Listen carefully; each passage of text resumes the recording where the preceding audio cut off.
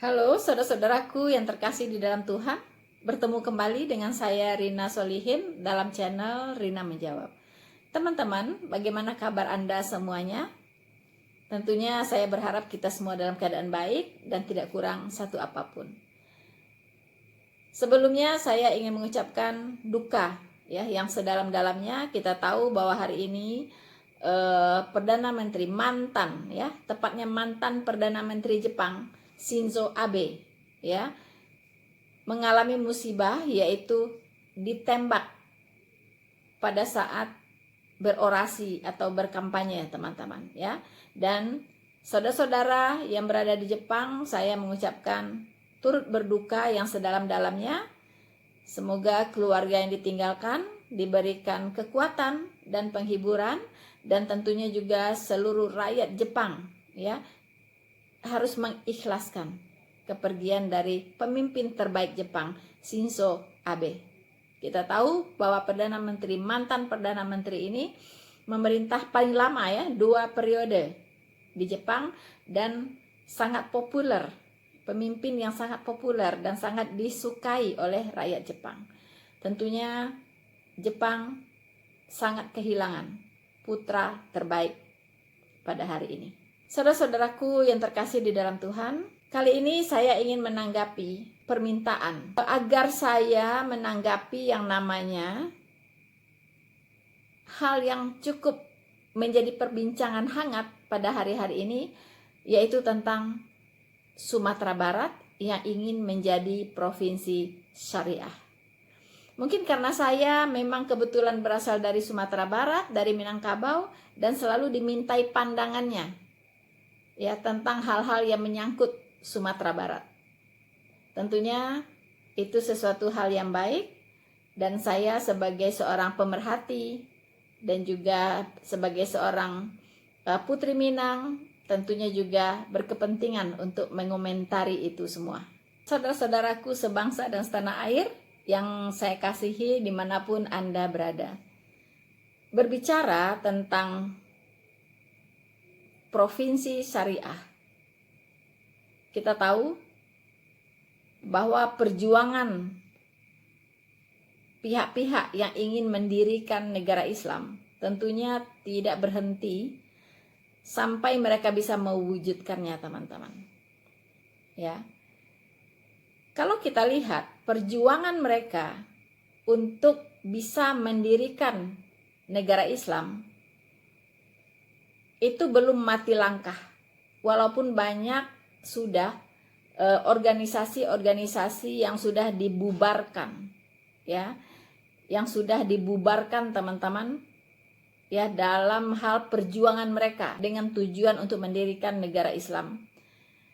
Sepertinya kalau untuk menerobos dari atas, artinya langsung untuk menggulingkan pemerintah ya, dan mengganti dengan pemerintahan syariah, itu agak sulit ya, karena ketangkasan dari aparat kita ya, baik kepolisian, TNI dan Densus 88 ya, itu cukup gesit ya untuk mengatasi langkah-langkah mereka gitu.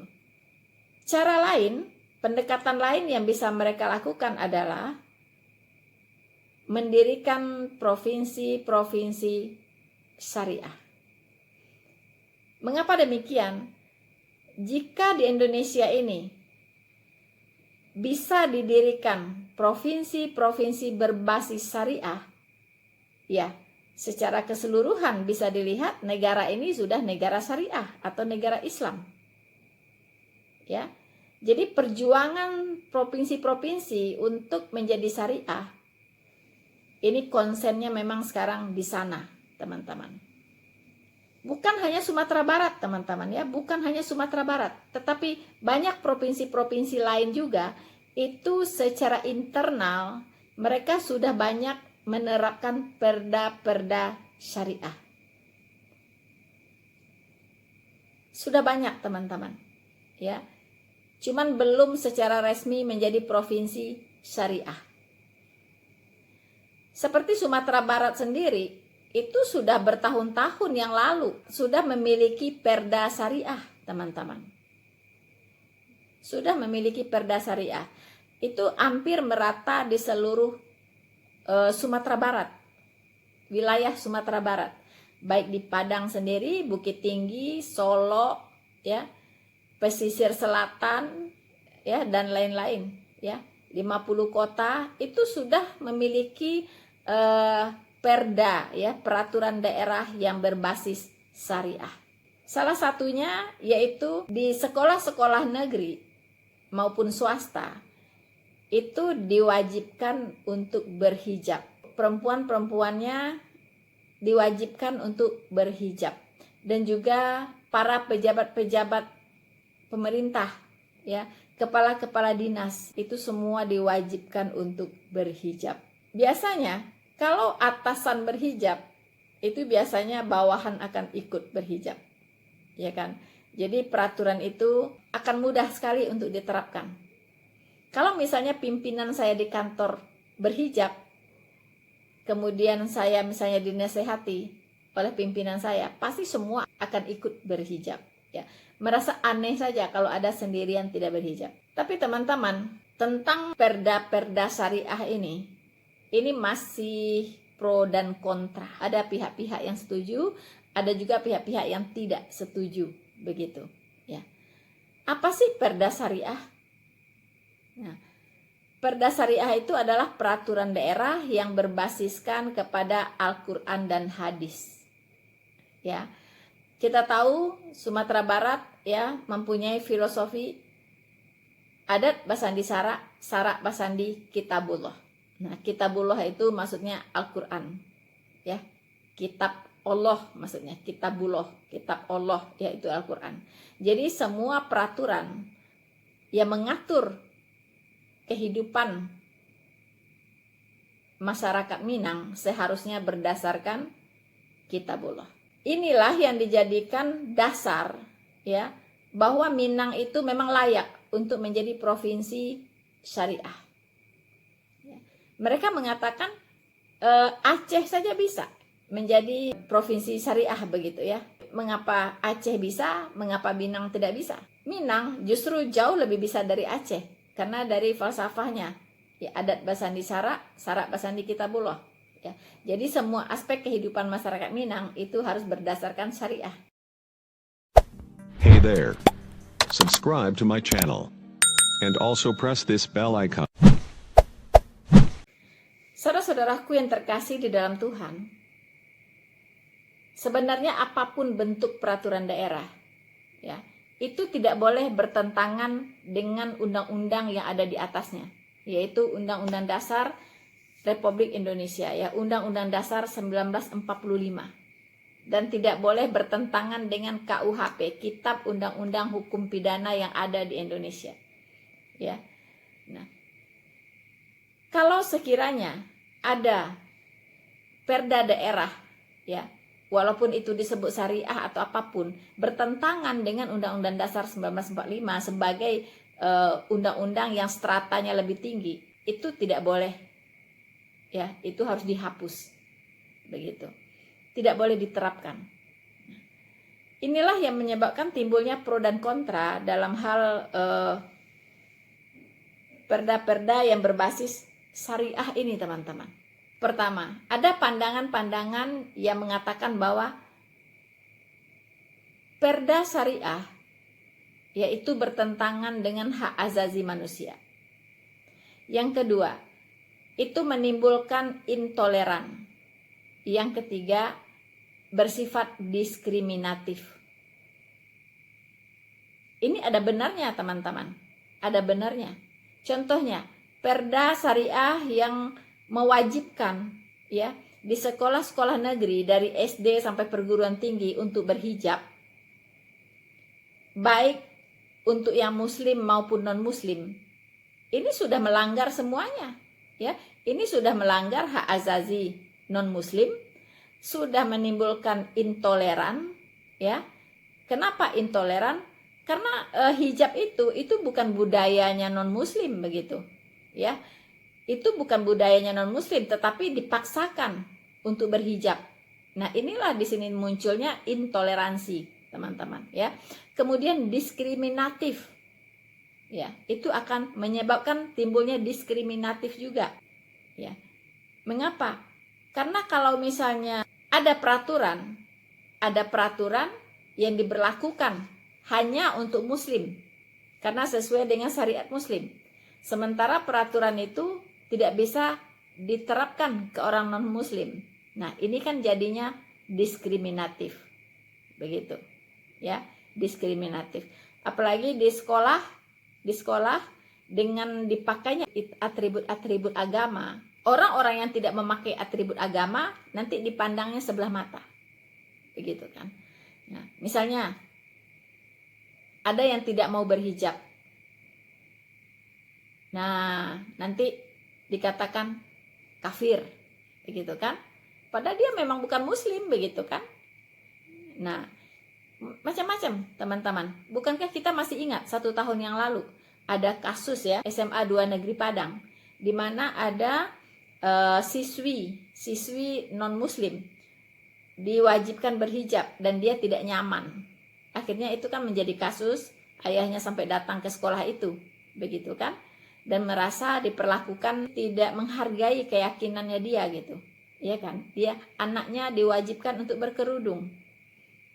Nah, ini tidak boleh dilakukan, begitu ya.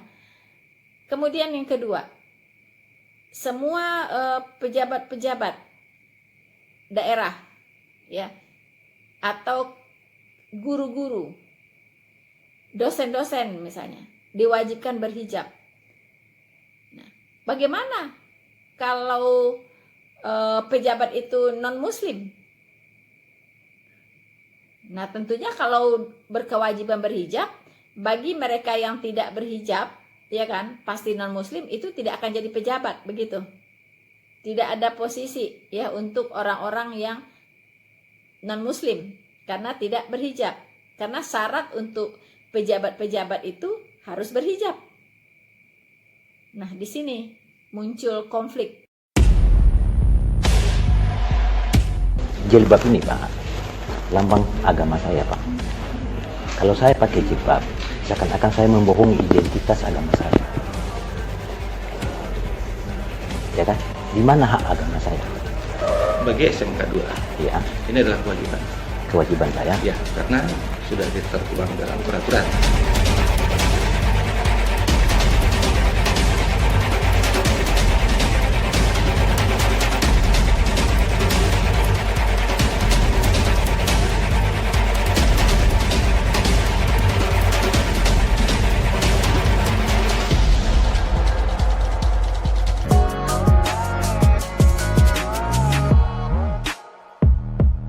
Sekolah tidak boleh sama sekali membuat peraturan atau himbauan kepada peserta didik untuk menggunakan model pakaian kekhususan agama tertentu, apalagi jika tidak sesuai dengan agama atau kepercayaan peserta didik. Hey there. Subscribe to my channel. And also press this bell icon. Harusnya kita menyadari bahwa negara kita ini bukan negara agama. Negara kita ini adalah negara hukum. Ya. Negara kita tidak berbasiskan agama. Agama silahkan ya diterapkan dalam lingkungan sendiri, tapi tidak boleh diterapkan untuk orang yang berkepercayaan lain, begitu. Islam itu tidak memaksa orang untuk memeluk agama Islam, begitu. Nah, tetapi di sisi lain, Muslim, kalau dia Muslim, dia harus menjalankan syariat Islam. Ya, jadi kalau dia Muslim, dia harus menjalankan syariat Islam, begitu. Kalau dia murtad, ya, kalau dia murtad, maka dia dihukum secara syariah. Halal darahnya, teman-teman. Ya, halal darahnya. Saya dengar, kalau seorang Muslim meninggalkan sholat, ya, 1 hari tinggalkan sholat, 2 hari, 3 hari, ya kan, 3 hari masih tidak sholat, maka dia sudah dianggap murtad dan halal darahnya. Nah, itu benar-benar kalau ingin konsekuen menjalankan syariat Islam. Dan satu hal lagi yang saya jadi pertanyaan, di Minangkabau itu memiliki garis keturunan ibu ya, matriarkat. Nah, jika Minangkabau menerapkan sistem syariah, apakah faktor keturunan ini akan diubah menjadi garis keturunan ayah seperti Islam, seperti di syariat Islam? Nah, saya tidak tahu apakah ini sudah pernah didiskusikan atau dibahas, karena ini tidak mudah. Ini sudah turunan berketurunan, sudah berapa keturunan orang Minang yang memakai sistem garis keturunan ibu. Jadi kalau orang Minang perempuan ya menikah dengan orang luar, misalnya saya menikah, saya orang Minang menikah dengan orang Jawa misalnya begitu, maka anak-anak saya semua orang Minang karena mengikut garis keturunan ibu, matriarkat. Nah, sekarang bagaimana? Itu kan adat ya, adat Minang begitu ya. Berarti dalam hal ini adat Minang yang garis keturunan ibu ini tidak syariah ya. Ya kan? Tidak syariah. Dari dulu tidak syariah begitu. Jadi bagaimana adat Basandi Sarak Basandi Kitabullah? Nah, ini dalam hal ini bagaimana? Pengecualian atau apa? Apakah memang dari dulu Minang itu adat Basandi Sarak Basandi Kitabullah memang dari nenek moyang dulu? Tentunya ini setelah Islam ada. Begitu. Ya, jadi falsafah ini adanya setelah Islam masuk ke Minangkabau. Nah, garis keturunan ibu, ya kan? Itu mungkin sudah ada sebelum Islam masuk. Tapi karena sudah turun temurun tidak bisa diubah lagi. Nah, sekarang provinsi Sumatera Barat akan menjadi provinsi syariah misalnya. Bagaimana ini garis keturunan ini? Apakah akan diganti menjadi garis keturunan ayah? Atau bagaimana? Atau tetap tidak syariah? Nah, teman-teman, sebenarnya banyak sih. Banyak nanti pergeseran kehidupan tata nilai yang akan terjadi di Sumatera Barat kalau benar-benar provinsi Sumatera Barat menjadi provinsi syariah. Jika saya perhatikan teman-teman, selain dari wajib untuk menerapkan berbusana muslim, Perda Syariah ini juga bertujuan untuk katanya mengatasi perilaku-perilaku menyimpang atau penyakit masyarakat yang disebut dengan maksiat. Maksiat ya. Jadi mungkin pelacuran, mungkin narkoba, mabuk-mabukan, minum alkohol dan sebagainya, menyangkut hal seperti itu. Sebenarnya tanpa syariah pun itu sudah ada peraturan ya di negara kita teman-teman tentang hal ini yang berhubungan dengan norma-norma ini sebenarnya sudah ada. Namanya penyakit masyarakat. Itu memang dari dulu, dari zaman dahulu kala ya, itu sudah ada namanya penyakit masyarakat seperti itu ya. Kita tahu sekarang lagi marak-maraknya dan berkali-kali berulang-ulang kejadiannya, di mana di pusat-pusat pengajaran Islam sendiri yang disebut dengan pesantren itu tidak bebas dari maksiat ya, tidak bebas dari maksiat teman-teman. Jadi bukan hanya di klub-klub malam ya, seperti yang lagi kasus ini ya, itu bukan hanya di situ. Kalau di klub malam atau di pubs atau di lokalisasi itu jelas ya, memang di situ bisa terjadi begitu.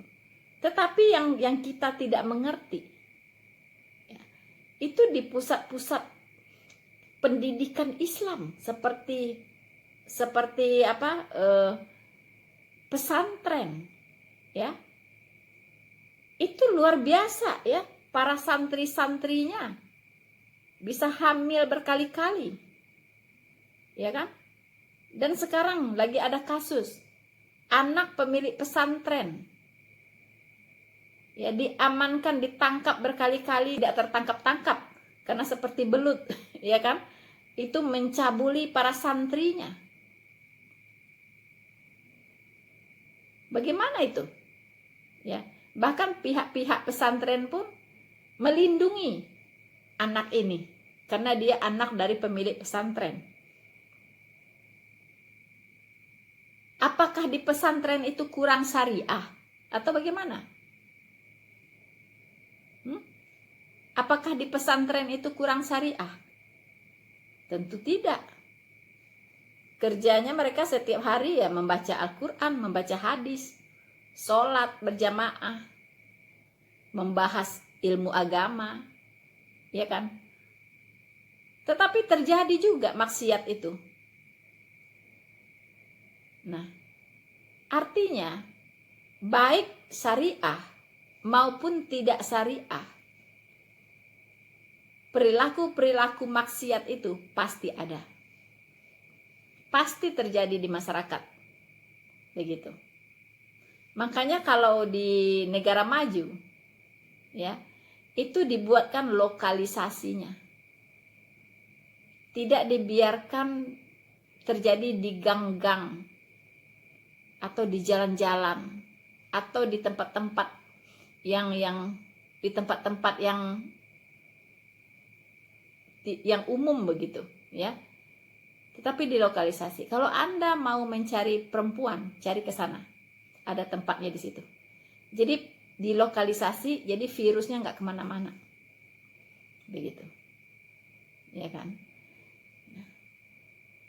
Karena teman-teman, bicara soal moral, ya, itu bicara tentang ketaatan. Seperti di kekristenan sendiri, walaupun tidak berlabel syariah, ya, itu maksiat seperti itu sangat dilarang. Jangankan Anda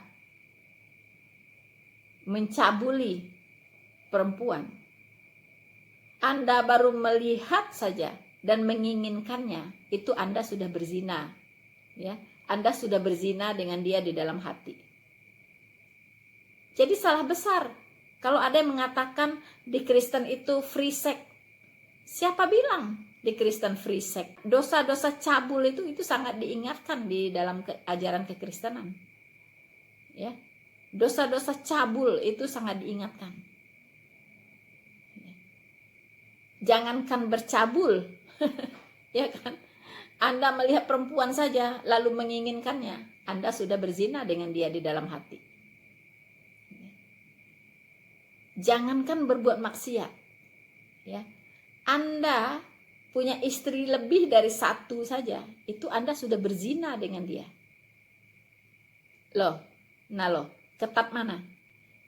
Ya, hukum syariah atau hukum Kristen? Lebih ketat mana dalam hal, ya, menangani kemaksiatan? Dalam hal mengatur masalah-masalah yang berhubungan dengan kemaksiatan. Lebih ketat Kristen. Ya. Poligami itu kalau di dalam kekristenan itu sifatnya zina. Tidak boleh. Lebih dari satu istri itu tidak boleh. Bahkan kalau bercerai lalu kawin lagi itu juga berzina. Artinya satu istri cukup untuk satu suami sampai maut memisahkan. Kenapa? Dampak dari poligami itu Tuhan sudah tahu, ya kan? Akan berdampak kepada anak-anaknya. Bagaimana anak-anak broken home, ya? Banyak itu dari hasil perceraian, ya, keluarga yang berantakan. Ada sih poligami yang bisa akur, ya, satu rumah bisa 5 istri 7 istri satu rumah, ya kan? Tapi itu kan jarang yang bisa seperti itu. Lalu apakah anak-anaknya ini semua nanti bisa menerima hal seperti itu? Kok mamanya 5 ya, bapaknya 1? Apalagi anak-anak sekarang kan kritis. Kalau masih kecil-kecil ya, kayak anak TK 1 kelas gitu kan. Karena anaknya hampir sama besar semua, saya lihat ada itu, ya kan? Mungkin belum berpikir jauh anak-anak itu. Nah, tetapi kalau mereka semakin dewasa, wawasannya semakin bertambah, pengetahuannya bertambah, mereka bisa banyak melihat, akhirnya mereka juga bingung sendiri. Kok kita banyak ya, 30 orang, mamanya 6, bapaknya 1, bagaimana sih? Gitu. Atau mamanya 8, bapaknya 1 gitu. Apa nggak pusing? Iya kan? Nah, jadi tidak ada ya, lebih banyak ruginya daripada untungnya kalau berpoligami itu. Ya, makanya ajaran kekristenan sangat membenci perceraian, sangat membenci poligami, ya. Karena dampaknya itu sampai ke anak cucu. Banyak sekali hasil anak-anak dari poligami, broken home, menjadi anak-anak yang kurang perhatian, kemudian jatuh ke dalam pergaulan bebas, narkoba, ya kan, dan sebagainya. Atau kehidupannya mengalami gangguan psikologis, banyak lagi. Dampaknya tidak baik. Nah, dalam kekristenan itu sudah diatur. Jadi sekali lagi, masalah maksiat ingin diatasi dengan syariah, saya kira itu tidak menjamin. Ya, karena di pesantren sendiri banyak kejadian. Bukan 1, 2. Kita menyaksikan ya, ada lagi begitu kan. Apa itu? Apakah dia kurang syariah di pesantren itu? Tentu tidak. Nah, mungkin ini harus dijadikan perenungan ya. Perenungan. Sebenarnya negara kita ini sudah bagus ya. Peraturan-peraturan perundang-undangannya itu sudah bagus semua. Tinggal dijalankan, tinggal mau dipraktekkan atau tidak gitu. Jadi sebenarnya tidak perlulah ya untuk mendirikan provinsi-provinsi syariah di sana sini. Tidak perlu. Karena negara ini bukan negara agama. Ya, negara kita adalah negara hukum. Ya kan? Hukum di negara ini, hukum positif di negara ini itu sudah mengatur semua aspek kehidupan. Tinggal mau dijalankan atau tidak, itu saja. Begitu. Ya. Karena nggak menjamin begitu. Aceh misalnya. Aceh itu sudah lama ya menjadi daerah istimewa, menjadi daerah syariah begitu. Iya kan? Tapi kita lihat ladang ganja di sana tetap aja ada. Ya kan? Penyeludupan ganja di sana juga masih terjadi. Ya kan? Kemudian korupsi di Aceh juga terjadi, masih terjadi. Kita lihat berapa gubernur di Aceh yang ditangkap oleh KPK. Harusnya kan itu kalau menjalankan hukum syariah, itu udah potong tangan, itu gubernur-gubernur itu udah buntung semua itu kan. Tetapi mengapa tidak dijalankan syariahnya, hukum syariahnya? Begitu. Ya kan? Kalau hukum syariah itu ya kalau mencuri potong tangan. Tetapi kan sampai hari ini belum ada tuh koruptor-koruptor yang buntung dari Aceh. Belum ada kan? Sekarang orang sedang berpacu. Ya, berpacu dalam membangun perekonomian yang lebih baik. COVID-19 itu sudah memporak-porandakan konstruksi ya dari perekonomian dunia. Iya kan? Jadi sekarang kita fokus bagaimana cara mengembangkan perekonomian di masing-masing daerah. Ya. Saya lihat Arab Saudi misalnya begitu, sudah mulai melepaskan diri pelan-pelan dari negara berbasis syariah. negara yang berbasis hukum-hukum syariah. Ya. Karena dia menyadari, Arab Saudi ini menyadari ya, bahwa minyak yang selama ini mereka eksploitasi untuk mensejahterakan rakyatnya itu sudah mulai menipis. Kemudian ibadah haji. Dengan adanya COVID-19 kemarin itu tutup berapa lama? Itu berapa banyak devisa yang hilang? Ya. Karena sebelumnya dari seluruh dunia itu muslim-muslim berbondong-bondong ke sana untuk melakukan ibadah haji dan umroh. Itu berapa banyak uang masuk ke Arab Saudi. Tetapi dengan virus sekecil COVID-19 saja itu bisa tutup. Ya kan? Apakah next tidak akan terjadi lagi? Bisa terjadi lagi, mungkin virus yang lebih ganas lagi. Sehingga orang-orang tidak bisa lagi masuk ke negara-negara lain begitu. Tidak bisa lagi pergi berhaji atau umroh. Nah, ini Arab Saudi sudah berpikir ke sana. Makanya dia sekarang mulai banting setir kemana? Ke sektor wisata dan sektor investasi. Ya, jadi Arab Saudi banyak berinvestasi ke negara-negara lain sekarang. Negara-negara yang tentunya dia lihat kondusif untuk berinvestasi dan bisa menguntungkan. Ya. Nah. Kalau saya tidak salah dengar itu banyak menanamkan investasinya di China. Ya. Nah, itu teman-teman. Dan juga Arab Saudi sekarang membangun sektor pariwisata. Nah, inilah penyebab ya mengapa Arab Saudi sekarang jadi longgar. Ya. Jadi dari mulai meninggalkan hukum-hukum syariah. Dan kita melihat perempuan-perempuan Arab Saudi hari-hari ini itu sudah boleh tidak berhijab. Ya kan? Oh, mereka seperti lepas dari rantai yang selama ini merantai mereka, mengungkung mereka, ya, seperti ayam lepas dari kandang, ya kan?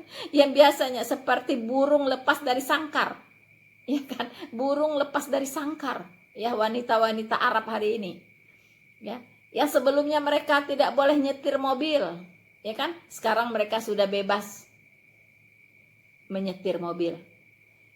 Dulu mereka tidak boleh sekolah tinggi, sekarang mereka sudah boleh sekolah tinggi. Ya kan? Dulu mereka tidak boleh berkarier masuk ke politik, sekarang sudah boleh. Ya. Dan sekarang mereka sudah boleh tidak berhijab. Mereka sudah boleh memakai pakaian yang biasa, tidak harus pakai gamis, burkah ya, bercadar dan sebagainya, tidak. Sudah sangat-sangat merdeka. Ya kan, sudah bisa berekspresi, sudah bisa berinovasi, beraktivitas, mencapai impian-impian mereka seperti yang mereka mau. Dan mereka sudah bebas dari tekanan-tekanan yang mengungkung mereka, yaitu nilai-nilai agama yang mengungkung wanita-wanita Arab selama ini. Mereka merdeka. Tapi sebaliknya Indonesia sekarang sedang mau mengungkung wanita-wanita Indonesia. Ya kan? Sedang mempersiapkan rantai untuk wanita-wanita Indonesia. Sementara tuntutan zaman sekarang, ya, wanita harus ikut serta di dalam pembangunan. Ikut serta di dalam memajukan peradaban dunia. Tidak boleh dikungkung, tidak boleh dirantai dengan nilai-nilai yang akan membatasi gerak dari seorang wanita.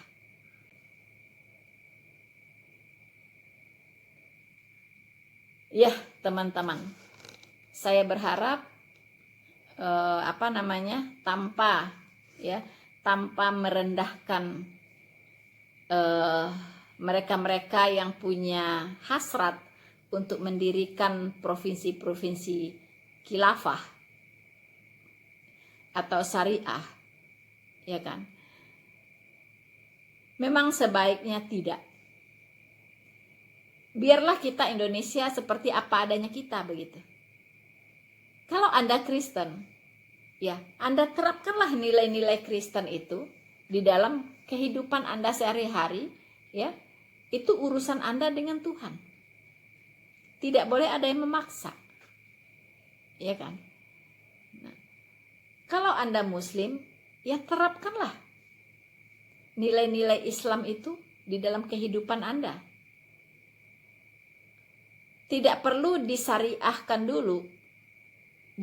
Tidak perlu dibuat dulu hukum syariah, ya kan? Baru Anda misalnya tidak berbuat maksiat lagi.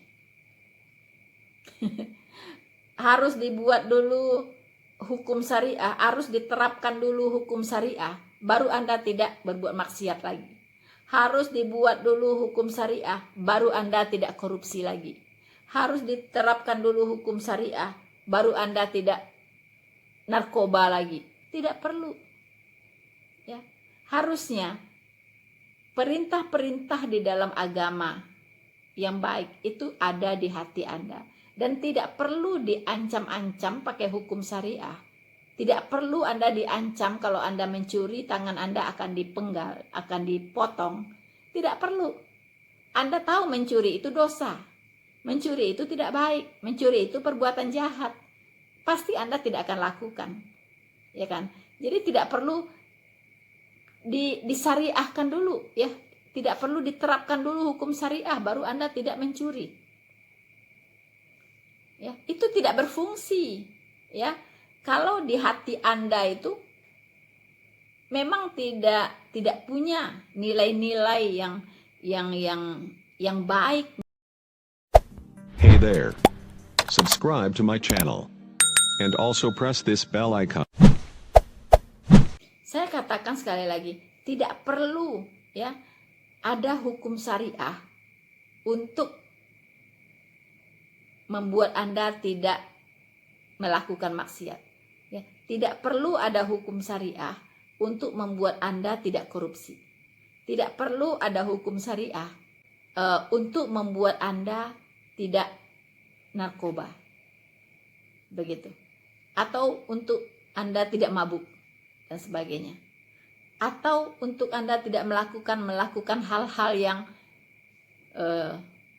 bersifat kriminal. Begitu. Tidak perlu. Ya kan? Tapi Anda sendiri memahami ajaran yang baik dari agama Anda dan Anda terapkan. Begitu. Di dalam satu wadah negara Republik Indonesia. Karena tanpa syariah pun hukuman untuk orang mencuri itu sudah ada. Tanpa syariah pun hukuman untuk seorang koruptor itu sudah ada. Ya, tanpa ada hukum syariah pun, ya, hukuman untuk seorang yang melakukan pelecehan seksual, ya kan, yang melakukan pemerkosaan itu sudah ada. Bahkan dikejar oleh polisi, dikepung sampai dapat ditangkap dan tidak perlu ada hukum syariah.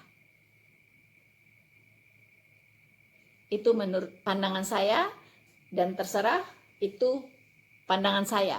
Mungkin pandangan Anda, teman-teman semua bisa berbeda. Ya, tetapi itulah pandangan saya. Karena apa? Kita jangan sampai membuat negara dalam negara. Ya, jangan sampai membuat negara di dalam negara. Itu tidak bagus. Ya kan? Lama-lama kalau semua provinsi menjadi provinsi syariah, itu negara Indonesia sudah menjadi negara Islam. Ya. Kalau itu terjadi, maka diskriminasi akan ada di mana-mana. Tentunya di provinsi yang berbasis syariah, pasti untuk mendirikan rumah ibadah agama lain itu tidak akan mudah, pasti akan sulit sekali. Ya kan? Misalnya di Padang. saya ingin mendirikan gereja, itu tidak mudah karena dia adalah provinsi syariah. Nah, kalau semua provinsi disyariahkan, ya sudah, itu sudah menjadi negara Islam. Dan orang-orang non-muslim itu akan mendapatkan diskriminasi, ya. Intoleransi akan ada di mana-mana, ya kan? Dan yang timbul adalah banyak persoalan. Dan ingat, Sumatera Barat itu devisanya banyak dari luar. Banyak dari luar. Lewat perantau-perantau Minang. Ya kan? Jadi harus berpikir sampai sedikit lebih jauh. Kalau Anda menutup diri terhadap orang luar, ya, itu dampaknya bisa kemana-mana. Kalau Anda tidak toleran dengan orang luar, kalau Anda tidak toleran dengan orang yang berbeda agama, itu dampaknya bisa kemana-mana. Karena di luar sana, itu banyak orang-orang Minang yang mencari hidup di daerah-daerah orang. Begitu. Ya. Jadi mari kita jaga, ya, negara Republik Indonesia ini. Tidak usah aneh-aneh. Kita tahu banyak sekali tokoh-tokoh Minang, ya, yang punya sumbangsih terhadap terbentuknya negara Republik Indonesia. Banyak politisi-politisi, negarawan-negarawan, pemimpin-pemimpin nasional yang berasal dari Sumatera Barat. Banyak, bahkan itu pemimpin-pemimpin besar. Sebut saja Bung Hatta, ya, Sultan Syahrir, ya kan?